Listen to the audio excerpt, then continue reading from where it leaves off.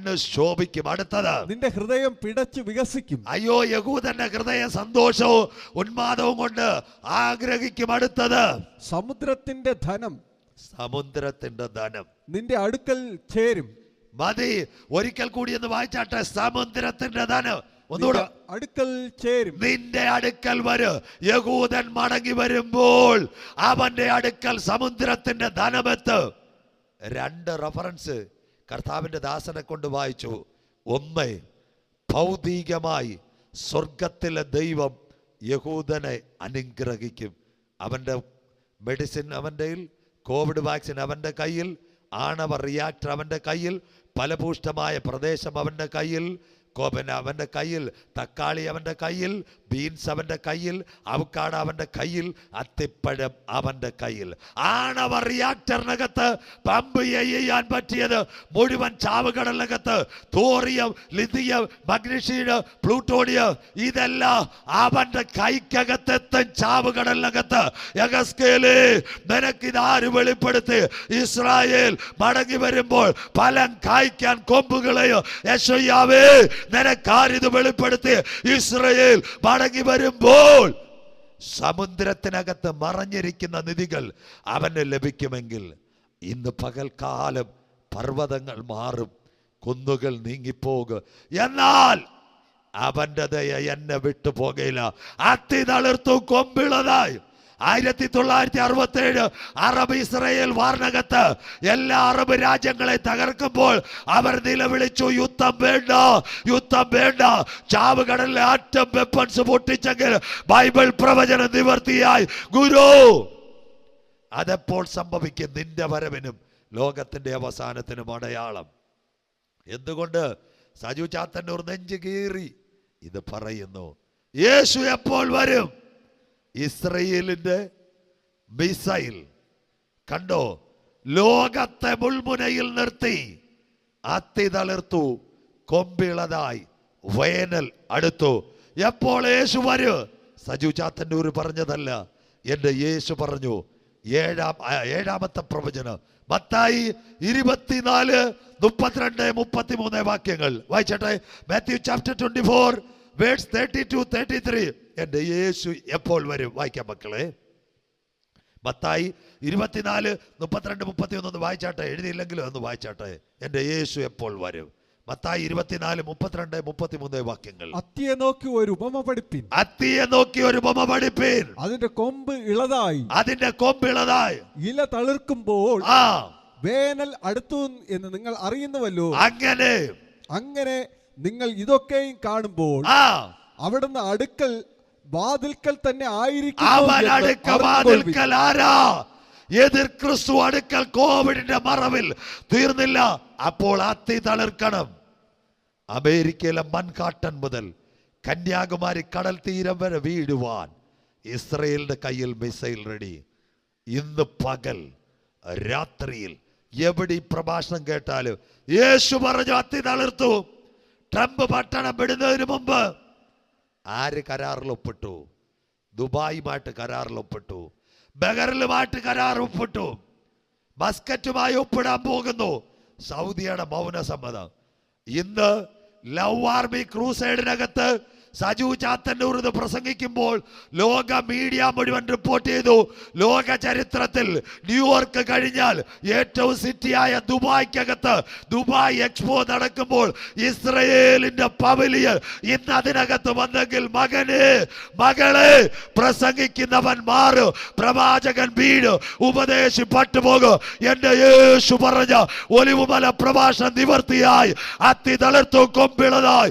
Dubai എക്സ്പോയ്ക്കകത്ത് ഇസ്രായേലിന്റെ pavilion ഇപ്പോൾ ഓടുന്നത് കാണുമ്പോൾ കൃപ പ്രാപിച്ച ദൈവമക്കൾ പറയണം, അബ്രഹാമിന്റെ കവനന്റ് ശരിയായി.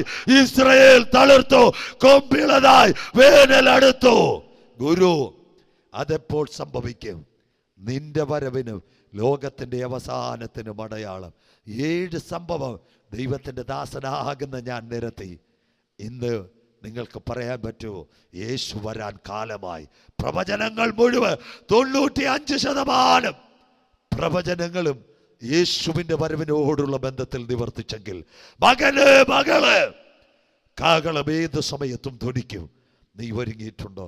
എട്ടാമത്തെ സംഭവം, യഹൂദന്റെ നിലവിളിക്ക് വേണ്ടി ഒലിവുമലയുടെ അടിവാരം ഒരുങ്ങിക്കഴിഞ്ഞു. എട്ടാമത്തെ സംഭവം, എപ്പോൾ യേശു മടങ്ങി വരും. ഇസ്രയേലിൽ യേശുക്രിസ്തുവിന്റെ ഒലിവുമല പ്രഭാഷണം, സെർമൺ ഓഫ് ദ മൗണ്ട് അഥവാ കാൽവറി മലയോടുള്ള ബന്ധത്തിൽ തൊട്ടടുത്ത് കാണുന്ന മറ്റൊരു മലയാ ഒലിവുമല. ഒലിവുമലയിൽ തൻ്റെ ശിഷ്യന്മാരെ അനുഗ്രഹിക്കുമ്പോൾ ഒരു മേഘം താഴേക്ക് വന്നു. ആ താഴേക്ക് വന്നപ്പോൾ നിങ്ങൾക്ക് ഏവർക്കും മനസ്സിലാക്കണം എന്താ? യെസ്, ആ മേഘത്തട്ടുകളിൽ യേശു എടുക്കപ്പെട്ടു. അങ്ങനെയെങ്കിൽ സഭയെടുക്കപ്പെട്ട് എതിർ ക്രിസ്തുവിന്റെ പീഡാകാലം വരുമ്പോൾ, യഹൂദന്റെ നിലവിളി ഉയരുമ്പോൾ, അവന്റെ കാൽ ഒലിവുമലയിൽ ചവിട്ടുമ്പോൾ ഒലിവുമല കിഴക്ക് പടിഞ്ഞാറായി പിളരുമെങ്കിൽ ഒരു പ്രവചനവും കൂടെ 2009 നിവർത്തിയായി. യേശു വരാൻ കാലമായി. 2009 ആ പ്രവചനവും നിവർത്തി. വായിക്കാൻ ദൈവത്തിന്റെ ദാസനെ, സക്രിയ പ്രവചനം 14:4 വാക്യം. യേശു എപ്പോൾ മടങ്ങി വരും? വായിക്കാം. അന്നാളിൽ അവന്റെ കാൽ യെരൂശലേമിനെതിരെ കിഴക്കുള്ള ഒലിവുമലയിൽ നിൽക്കും. ഒലിവുമല കിഴക്ക് പടിഞ്ഞാറായി രണ്ടായി നടുവേ പിളർന്നു പോകും. മതി. യേശു എപ്പോൾ മടങ്ങി വരും? ഒലിവുമലയുടെ പിളർപ്പ്. സ്തോത്രം. 1900 വർഷത്തിനിടയ്ക്ക് ഇസ്രായേലിൽ ഒരു ഭൂകമ്പമുണ്ടായെന്ന് പറയുന്നു. അതിൻ്റെ അടിഭാഗം പിളർന്നിരിക്കുകയാണ്. ഒലിവുമലയുടെ പ്രത്യേകത 2009 91 ആദ്യ കാലഘട്ടത്തും ലോകത്തിലെ 2 വൻകിട കമ്പനികൾ ഒലിവുമലയിൽ വന്നു. അവരെന്തോ പണിയുവാൻ തുടങ്ങി. ചിലർ പറയുന്നു ഹോട്ടൽ, ചിലർ പറയുന്നു ഹെറിറ്റേജ് വില്ലേജ്. അത് പണിയുവാൻ തുടങ്ങിയപ്പോൾ ഒരു സംഭവം നടന്നു. ഒലിവുമലയ്ക്ക് അടിവാരത്ത് മൂളൽ. സ്തോത്രം. നമ്മൾ ഈ ഹൃദയത്തിന് എക്കോ എടുക്കുന്നത് പോലെ എക്കോ സിസ്റ്റം റേഡിയേഷൻ വഴി ഭൂമിയുടെ അടി ചെക്ക് ചെയ്തപ്പോൾ ഒലിവുമലയുടെ അടിയിൽ ചിതൽ പുറ്റും. അതുപോലെ തന്നെ അറകളും മൂളലും ബൈബിളിൽ രേഖപ്പെടുത്തിയിട്ടുണ്ട്. യെശയ്യാ പ്രവചനത്തിൽ വായിക്കുന്നതിൽ 26:19-20 എന്താ? എന്റെ ജനമേ ക്രോധം കടന്നു പോകുവോളം അല്പനേരം അറകളിൽ വന്ന് രാപ്പാർക്കുവിൻ. വചനം കേൾക്കുന്ന പ്രിയപ്പെട്ട ദൈവത്തിൻ്റെ മക്കളെ, യേശു എപ്പോൾ വരും? ഒലിവുമലയുടെ അടിവാരത്ത് മൂളൽ ആരംഭിച്ചു. ഇന്ന് നമ്മുടെ ക്രിസ്തീയ ജീവിതത്തിൽ ഒരു ഹല്ലേലൂയയുടെ മൂളലുമില്ല, ഒരു സ്തോത്രത്തിൻ്റെ മൂളലുമില്ല, അഭിഷേകത്തിൻ്റെ മൂളലുമില്ല. പക്ഷേ ഒലിവുമലയിൽ യേശു കാൽ ചവിട്ടുന്നതിന് മുമ്പായി ഒലിവുമല ഒരുങ്ങി പ്രാണപ്രിയനെ എതിരേൽക്കുവാൻ. അതിപ്പോൾ തന്നെ പിളർന്നിരിക്കുന്നു. എക്കോ സിസ്റ്റം റേഡിയേഷൻ നോക്കുമ്പോൾ അത് 2ആയി പിളർന്നു മാറും. യേശുവിൻ്റെ വരവിന് വേണ്ടി ഒലിവുമല ഒരുങ്ങിക്കഴിഞ്ഞു. ഇന്ന് പകൽ നീയും ഞാനും ഒരുങ്ങിയിട്ടുണ്ടോ? 8 സംഭവങ്ങൾ. യേശു എപ്പോൾ വരും? 9ാമത്തെ സംഭവം, ആകാശത്തിന്റെ ശക്തികൾ ഇളകിപ്പോകും. എപ്പോൾ? സഭ എടുക്കപ്പെട്ടാൽ ഈ സൂര്യനെയും ചന്ദ്രനെയും ഒന്നിനെയും കാണാതെ ഇരിക്കും. പ്രിയപ്പെട്ട ദൈവമക്കളെ, അങ്ങനെയെങ്കിൽ ആകാശത്തിന്റെ ശക്തികൾ അവന്റെ വരവിങ്കൽ ഇളകുന്നൊരു കാലം ബൈബിളിനകത്തുണ്ടോ? ആകാശത്തിന്റെ ശക്തികൾ ഇളകുന്നൊരു കാലം. വായിക്കാം. വെളിപ്പാട് പുസ്തകം 6-ാം അധ്യായം 12-13 വാക്യങ്ങൾ. വെളിപ്പാട് പുസ്തകം 6-ാം അധ്യായം 12-13 വാക്യങ്ങൾ. 6-ാം മുദ്ര പൊട്ടിച്ചപ്പോൾ വലിയൊരു ഭൂകമ്പമുണ്ടായി. സൂര്യൻ കരിമ്പടം പോലെ കറുത്തു. ചന്ദ്രൻ മുഴുവൻ രക്തതുല്യമായി തീർന്നു.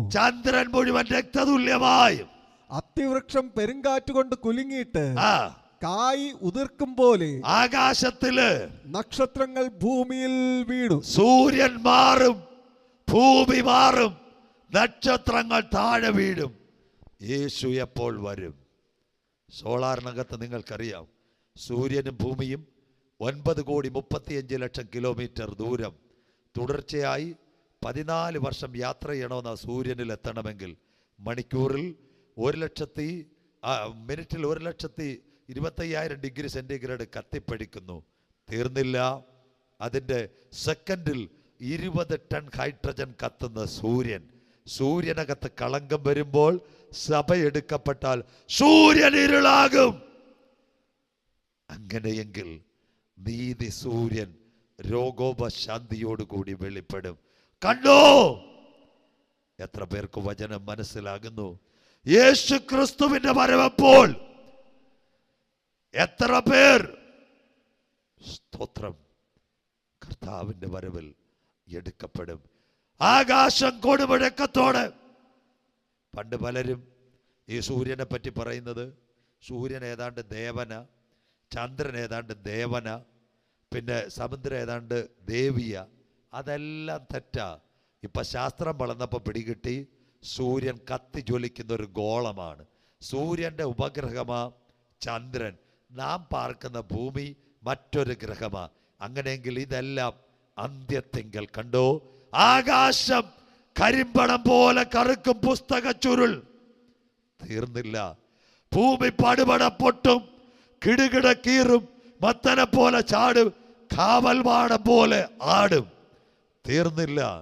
പ്രിയപ്പെട്ട ദൈവമക്കളെ, ആകാശത്തിൽ നിന്ന് നക്ഷത്രങ്ങൾ താഴേക്ക് വീഴും. ഇന്ന് ഈ വചനം കേട്ടിട്ട് പറയണം, സൂര്യൻ ഇരുളാകുന്നതിന് മുമ്പ് നീതി സൂര്യൻ രോഗോപശാന്തിയോട് വെളിപ്പെടും. നീ കണ്ടത് ഇപ്പോൾ ഉള്ളത് മേലാൽ സംഭവിപ്പാനുള്ളത്. അനന്തരം സ്വർഗത്തിൽ ഒരു വാതിൽ തുറന്നിരിക്കുന്നത് ഞാൻ കണ്ടു. എന്നോട് സംസാരിച്ച കാഹളനാദം, ഇവിടെ കയറി വരിക, മേലാൽ സംഭവിപ്പാനുള്ളത്. മക്കളെ, യേശു എപ്പോൾ വരും? പിതാവ് അനുവദിക്കുമ്പോൾ. 2, വീടിന്റെ പണി പൂർത്തിയാകുമ്പോൾ. 3, ജാതികളുടെ പൂർണ്ണസംഖ്യ. 4, വിശുദ്ധ പ്രവാചകന്മാരുടെ പ്രവചനം നിവർത്തിയാകുമ്പോൾ. 5, ഇസ്രയേൽ ഭാരമുള്ളൊരു കല്ലാകുമ്പോൾ. 6, അത്തിയാകുന്ന ഇസ്രയേൽ തളിർക്കുമ്പോൾ. 7, ഒലിവുമല ഒരുങ്ങുമ്പോൾ. 8, ജാതിയോടും രാജ്യത്തോടും യുദ്ധം, ക്ഷാമം, ഭൂകമ്പം കാണുമ്പോൾ. 9, എൻ്റെ യേശു എപ്പോൾ മടങ്ങി വരും? ആകാശം കരിമ്പടം പോലെ കറുക്കും, ചന്ദ്രൻ രക്തതുല്യമാകും, ഭൂമി പടുപട പൊട്ടുമ്പോൾ ഇതിന്റെ നടുവിൽ ഗംഭീരനാദവുമായി എൻ്റെ യേശു മധ്യാകാശത്തിൽ വരും. ഗുരു, നിന്റെ വരവിനും ലോകത്തിന്റെ അവസാനത്തിനും ലോകം നിന്നെ പകയ്ക്കും. യേശു മടങ്ങി വരും. എൻ്റെ ആടുകളെ എനിക്കറിയാം. ആടുകളെ അവൻ പേർ ചൊല്ലി വിളിക്കും. അങ്ങനെയെങ്കിൽ ആടുകളുടെ വലിയ ഇടയൻ തൻ്റെ മക്കളെ ചേർക്കുവാൻ വരാറായി.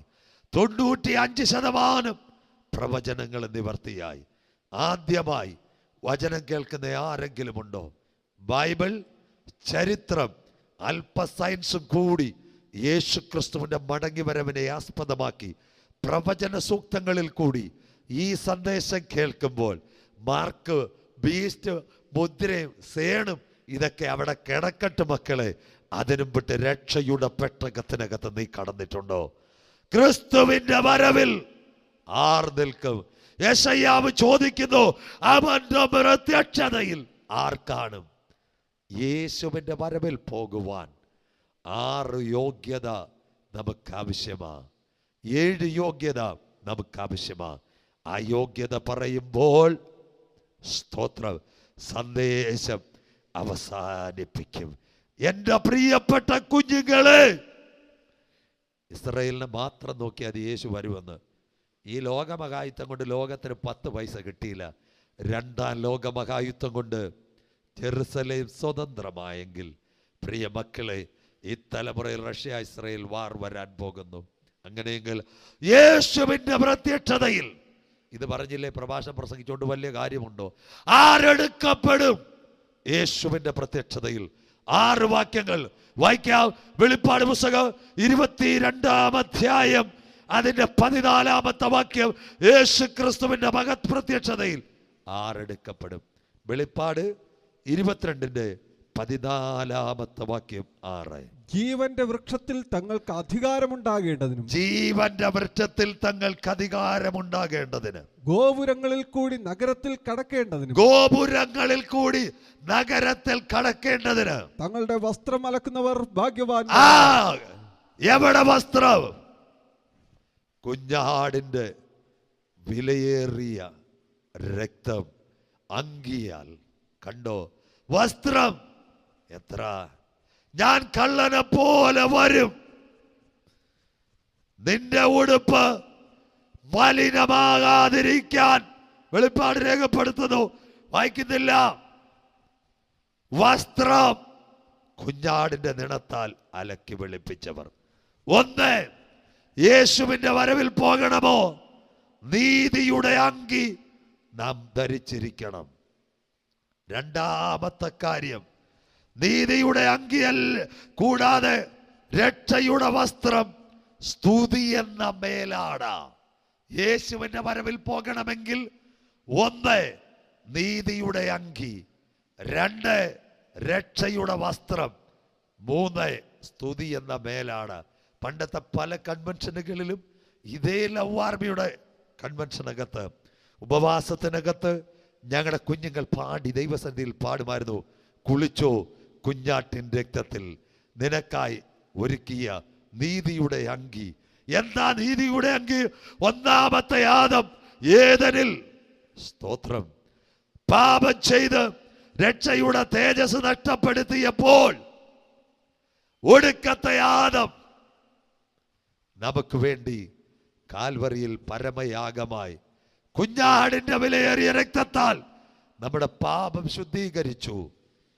തന്നിൽ വിശ്വസിക്കുന്നവരെ ചേർക്കുവാൻ അവൻ വരാറായി. വിശുദ്ധ വെളിപ്പാട് 19-11 വീണു കുഞ്ഞാടിന്റെ കല്യാണം. 20-21 പുത്തൻ യെരൂശലേം. 22 ഗോപുരത്തിൽ കൂടി കടന്ന് ജീവജല നദി, ജീവമരം, അതിലേക്ക് കടക്കുന്നവൻ നീതിയുടെ അങ്കിയും രക്ഷയുടെ വസ്ത്രവും, തീർന്നില്ല, സ്തുതി എന്ന മേലാടയും. സ്തോത്രം. അതുകൊണ്ട് കർത്താവേ, അങ്ങയുടെ വരവ് ഏറ്റവും അടുത്തിരിക്കുന്നു. ഒരടുത്ത 5 വർഷമോ 4 വർഷമോ ഉണ്ടെന്ന് എനിക്കറിയത്തില്ല.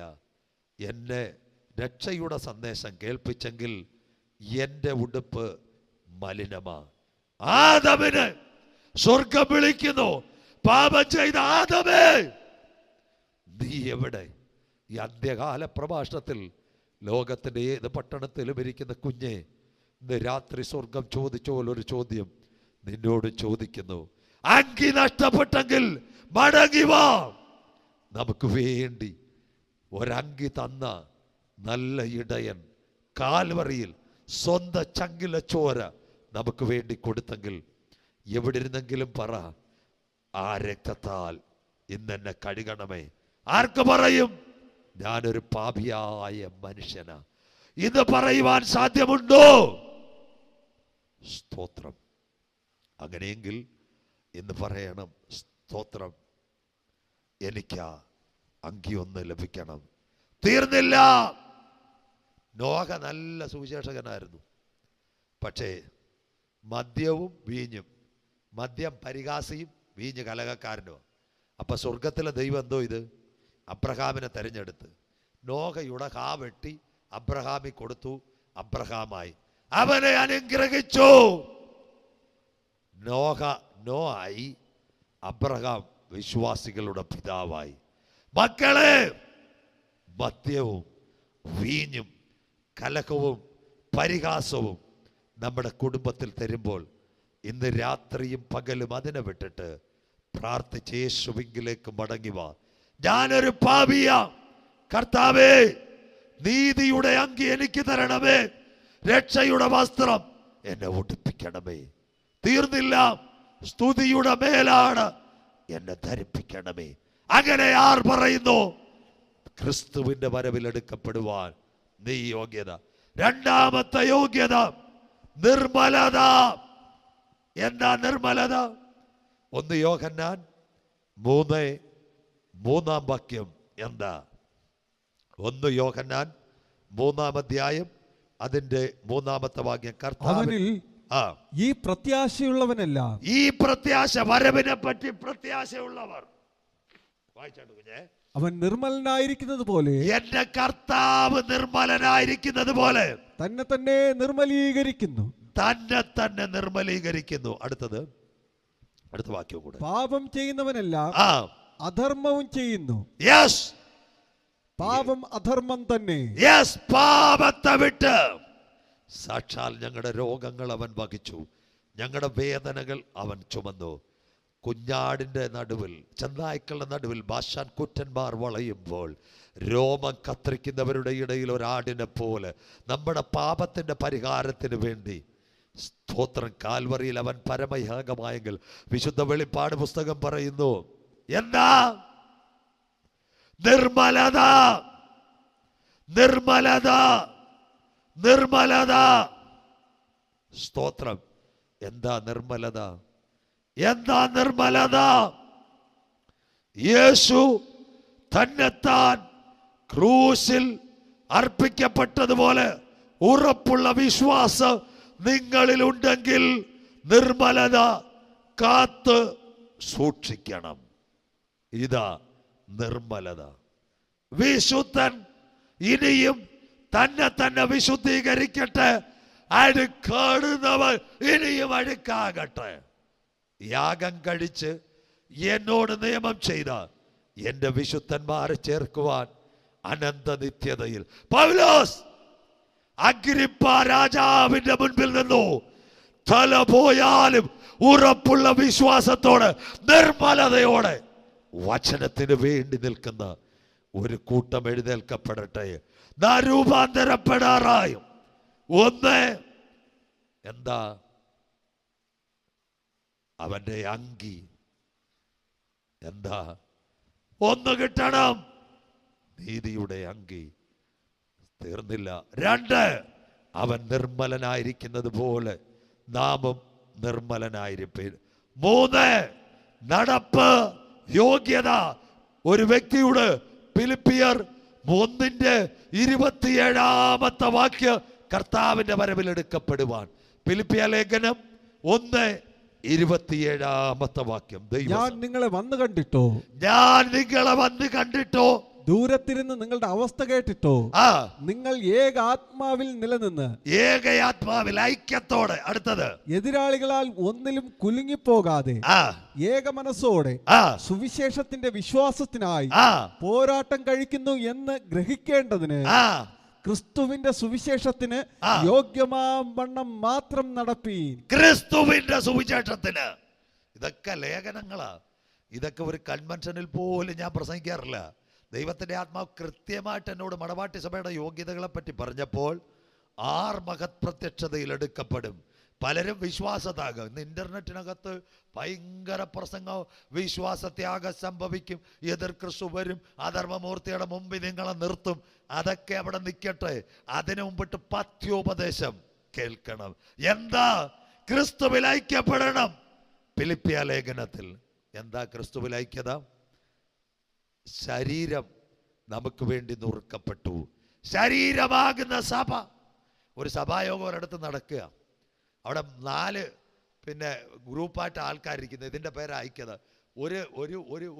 ഒരു ഗ്രൂപ്പ് തെക്കോട്ട് തിരിഞ്ഞിരിക്കുന്നത്, മറ്റൊരെണ്ണം വടക്കോട്ടിരിക്കുന്നത്, ഒരെണ്ണം പടിഞ്ഞാറോട്ടിരിക്കുന്നത്, ഒരെണ്ണം കിഴക്കോട്ടിരിക്കുന്നത്. പാസ്റ്റർ പറയുക, കർത്താവ് ഇത്ര ഐക്യത തന്നതിനായി സ്തോത്രം.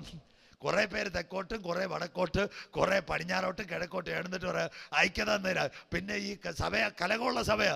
അതുകൊണ്ട് പാസ്റ്റർ ഹെൽമറ്റ് വെച്ചുകൊണ്ട് പ്രസംഗിക്കുന്നത്. എന്നിട്ട് പറയാം ഐക്യത. ആ ഐക്യതയല്ല ഐക്യത.